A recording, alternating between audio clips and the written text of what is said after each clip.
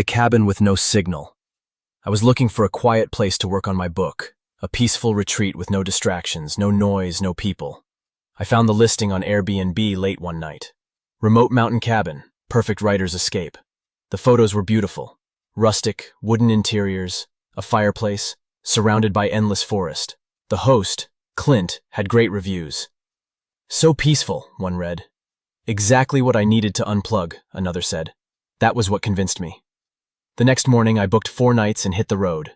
The cabin was 3 hours outside Asheville, up winding back roads and gravel paths that seemed like they'd never end.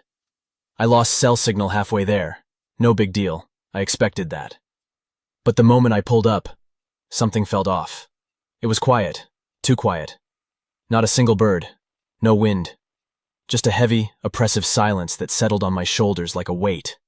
The cabin looked just like the photos, but older, more weather-worn, almost forgotten. I tried calling Clint to let him know I arrived. No signal. I checked the Wi-Fi. No network. There wasn't even a router in sight. Still, I figured maybe the reviews were right. Maybe it was just a good place to disconnect.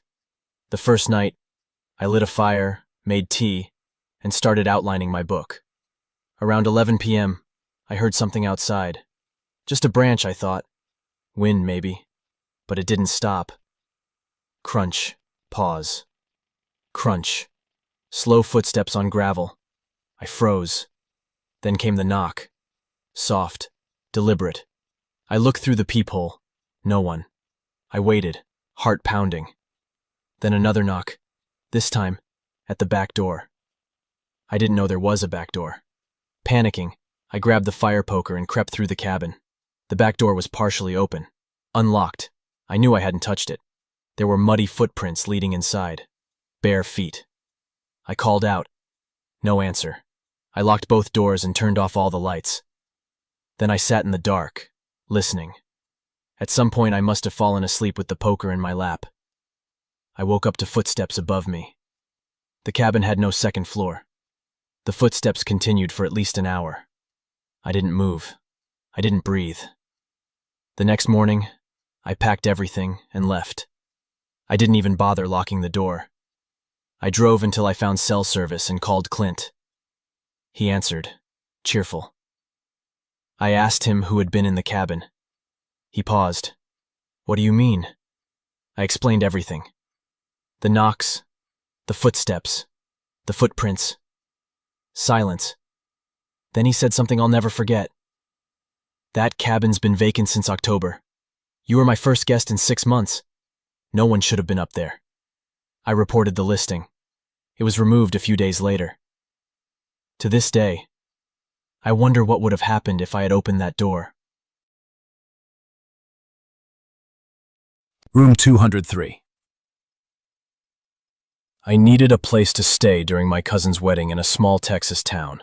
All the hotels were booked except for a weird Airbnb listing for a Victorian guest room in historic estate. It was cheap, but had almost no reviews. Just one. Strange vibes, but okay for one night.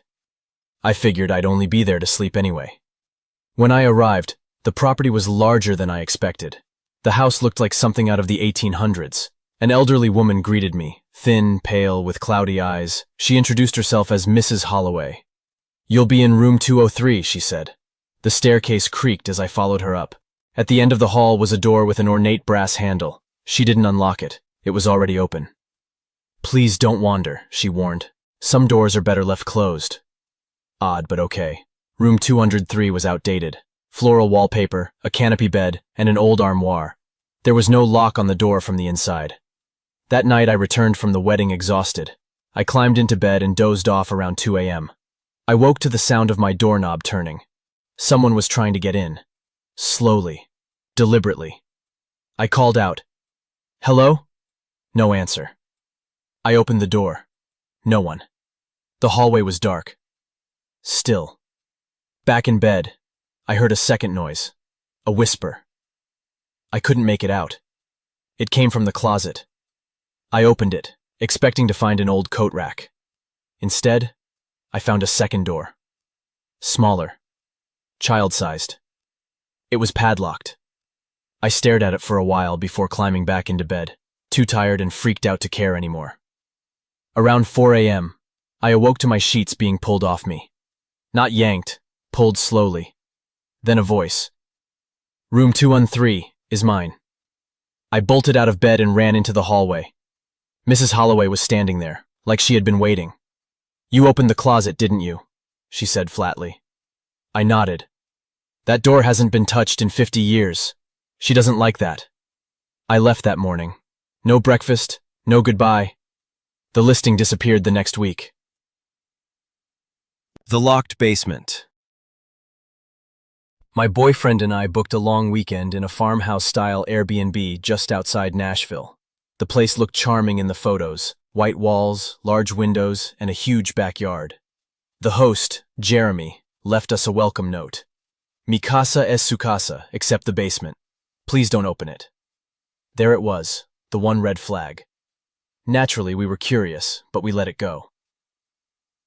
The first day went fine. We cooked, we watched movies, we explored the backyard. That night we heard banging from the floor below us. Rhythmic, heavy. We laughed it off, maybe old pipes or the house settling. The second night we heard a voice, faint, male. "Let me out." My boyfriend checked the basement door. It was locked tight with a rusted chain.